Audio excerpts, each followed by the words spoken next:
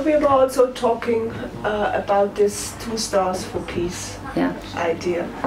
If you could give us a brief take, what are your thoughts on this, and in which way could it help, or is it completely outrageous? Or I like the idea that it's thinking out of the box. This is the first impression I had, after of course laughing, because my first impression was that it's are these people crazy enough to put something like this on the table? But if you think about it, it's thinking out of the box. It addresses two things that I like. First, that you are giving me as a Palestinian a state, a recognition in the world, and a place in the map. This is good. This is the first thing that I got positive from it. The second is the kind of package that it is there, that you, the book is promoting for the, let's say it's the first democracy in the world or whatsoever. Let the French not be offended by that, but it's some kind of democracy. And this package is fair enough. It's developed. It has been tried for centuries, decades now in America, and it's working for them. People are satisfied from this side. So this is the other side. But still, I'm very suspicious. I still have a lot of questions inside it. The Constitution itself, does it match me as a Palestinian, or as an Arab woman or an Arab citizen?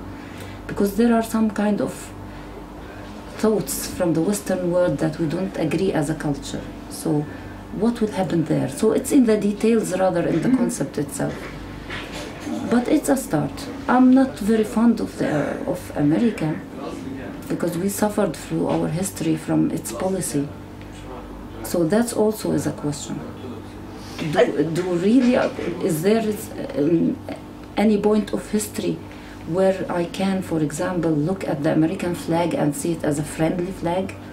I don't know, but it's a process.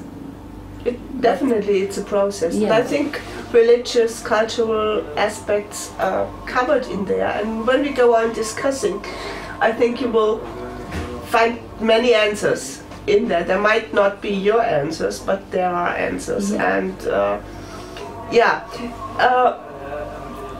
we can't go deeper in there because you haven't read it yet. No, fully, I didn't. which is perfectly fine. Yeah.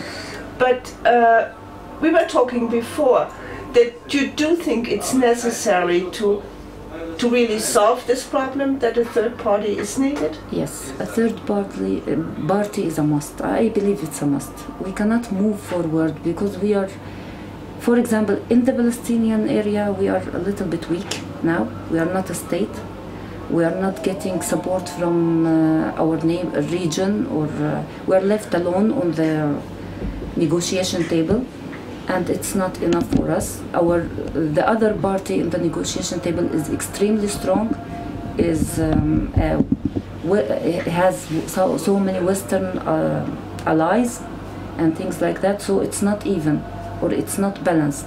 So we need somebody in there, and through the process there are a lot of mistrust, and when you have mistrust on the table for both parties, you need somebody to set some sense in the discussions. Otherwise, everybody will get to the other end, and they will leave the table at the end of the day. But there were people actually already within such processes. Yeah. But it didn't work out. It needs patience. It needs good diplomacy. It needs also delivering your commitments. The problem is, for example, when the Egyptians were part of a third party, or the Turkish were part of the third party, they were just sitting there doing nothing, or just listening to both sides and things like that. You need a third party who is strong and who can deliver a commitment for both when they do it. We don't have till now. We don't have this till now. Who could it be? I think somebody from maybe the European Union or something like that could be okay.